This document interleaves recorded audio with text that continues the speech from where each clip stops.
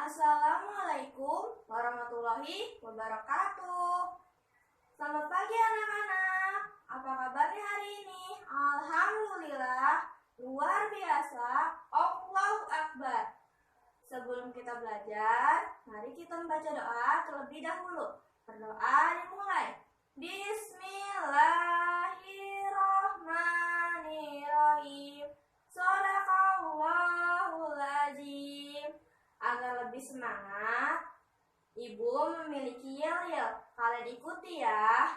Tepuk semangat. Semangat. Sudah siap untuk belajar? Siap. Hari ini kita akan mempelajari tema 8 pembelajaran pertama tentang cerita fiksi. Ada yang sudah tahu cerita fiksi itu apa?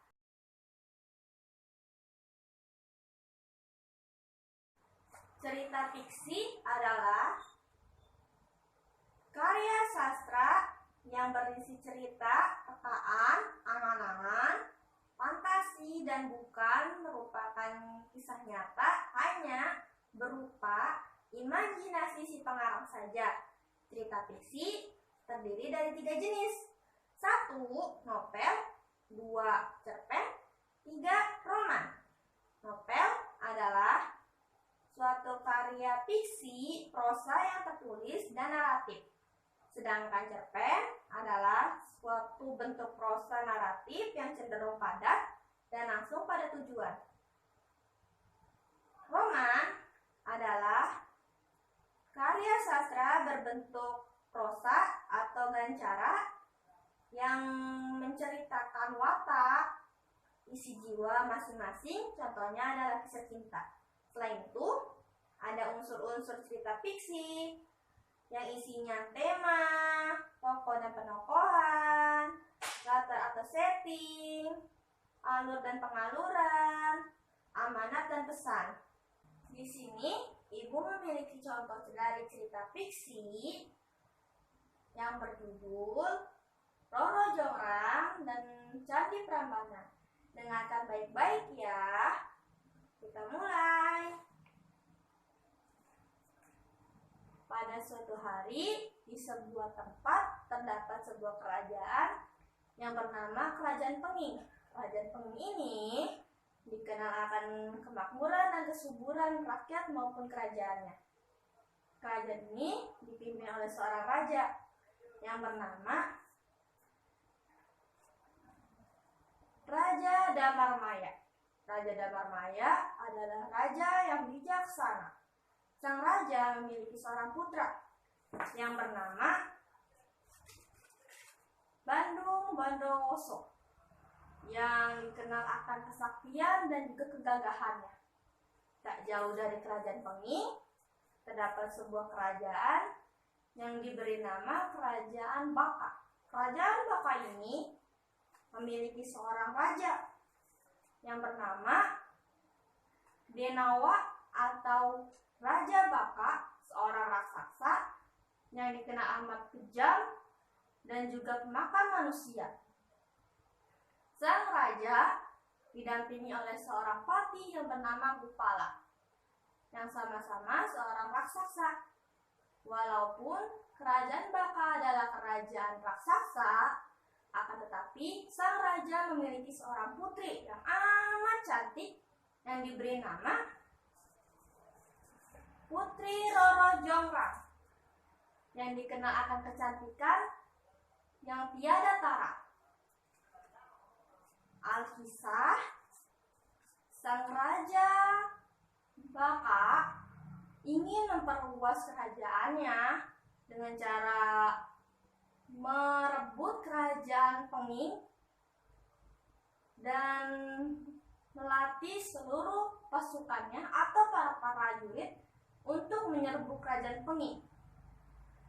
Sang raja memungut pajak dari rakyat-rakyatnya untuk keperluan peperangan yang ia rasa persiapan yang sudah ia buat sudah matang. Akhirnya sang raja pun menyerang atau menyerbu kerajaan Penging dan terjadilah baku hantam atau peperangan antara dua kerajaan tersebut. Dampak dari peperangan tersebut yang dirasakan oleh rakyat Penging adalah kelaparan, kehilangan banyak harta benda, banyak rakyat yang tewas. Sang raja mengirimkan seorang pangeran, yaitu Bandung Bondowoso, untuk menyerang Prabu Baka.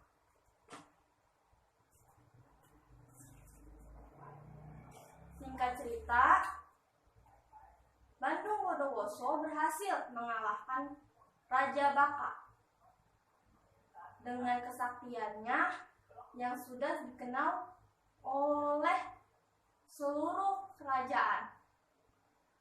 Saat sang patih mengetahui Raja Baka telah tewas, Patih Gupolo pun menarik mundur pasukannya kembali ke istana.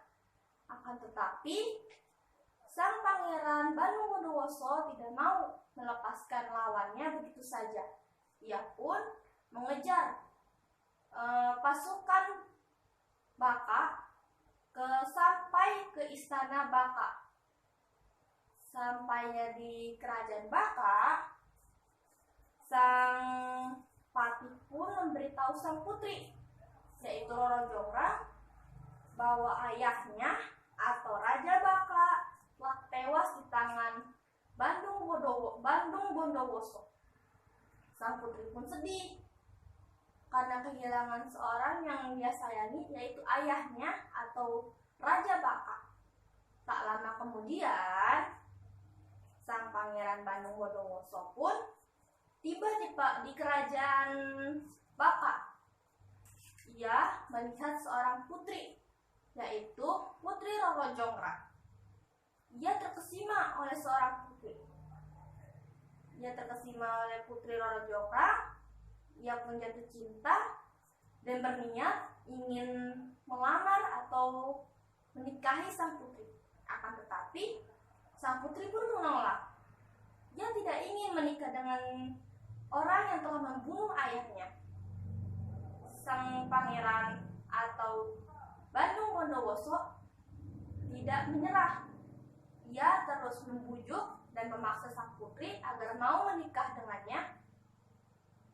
Dan akhirnya sang putri Roro Jonggrang menyerah dan menerima lamaran sang pangeran. Akan tetapi, sang putri mengajukan syarat pada sang pangeran. Syarat pertama yaitu sang putri ingin sang pangeran membuatkan ia sumur yang diberi nama Sumur Jalatunda. Syarat kedua yaitu sang putri ingin sang pangeran membuatkan ia 1000 candi. Meskipun syarat yang sang putri ajukan itu berat, sang pangeran menyanggupi. Keesokan harinya, sang pangeran pun membuat sebuah sumur. Dan alangkah terkejutnya sang putri dan orang-orang yang ada di sekitarnya melihat sang pangeran yang berhasil membuat sumur dengan waktu singkat. Dengan bangganya, sang pangeran memberitahu sang putri hasil jeripayahnya atau karyanya membuat sumur Jalatunda dengan waktu singkat. Sang putri menghasut sang pangeran untuk memintanya masuk ke dalam sumur untuk mengecek sumur tersebut. Saat dirasa sang pangeran itu sudah masuk ke dalam sumur, sang putri meminta Patih Gupala untuk mengubur sang pangeran hidup-hidup dalam sumur dengan bebatuan. Saat sudah selesai, sang putri pun merasa lega karena mengira bahwa sang pangeran telah tewas di dalam sumur yang telah tertimbun oleh bebatuan. Alangkah terkejutnya, sang putri melihat sang pangeran keluar dari dalam sumur yang tidak terluka sedikit pun karena sang pangeran dikenal akan kesaktiannya. Sang pangeran pun marah dan murka. Akan tetapi, ia memendam amarah itu karena melihat kecantikan dan juga karisma dari sang putri yang membuat amarahnya luluh dan terkubur. Sang pangeran pun bertanya pada sang putri, "Kenapa kalian ingin membunuhku?" Kata sang pangeran. Sang putri pun menjawab, "Kami hanya ingin mengujimu, menguji kesaktianmu. Apakah kau benar-benar sakti? Dan apakah kau pantas untuk bersanding denganku?" Kata sang putri. Sang pangeran pun menjawab, "Oh, seperti itu rupanya. Lalu, apa persyaratan kedua?" Kata sang pangeran. Sang putri pun menjawab, "Kau buatkan aku 1000 candi." Kata sang putri. "Ingat pangeran, hanya 1 malam," tegas sang putri. Pangeran pun menjawab, "Baiklah, akan kulakukan." Keesokan harinya, sang pangeran pun melakukan semedi. Ia memanggil seluruh setan-setan, jin-jin, dan juga dedemit yang ada di dalam bumi. Ia meminta bantuan pada mereka untuk membuatkan 1000 candi untuk sang putri Roro Jonggrang.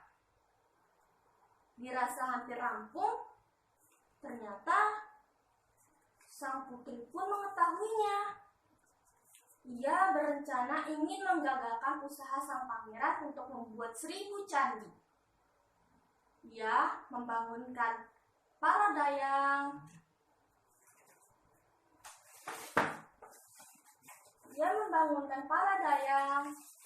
para perempuan-perempuan desa untuk mulai menumbuk padi, mulai membakar jerami di ufuk timur. Ternyata rencana sang putri berhasil.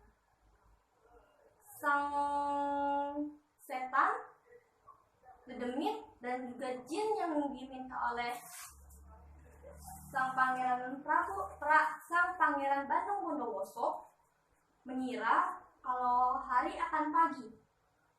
Mereka pun ketakutan dan masuk ke dalam bumi. Sang pangeran merasa kalau misi atau syarat yang diberikan sang putri itu telah gagal. Akan tetapi, sang pangeran menyadarinya bahwa sang putri telah melakukan kecurangan terhadapnya. Ia pun murka dan mengutus sang putri menjadi arca atau batu untuk melengkapi arca yang hampir rampung yang sudah pangeran buat sebanyak 999 candi. Sang putri menjadi candi yang ke-1000. Selesai.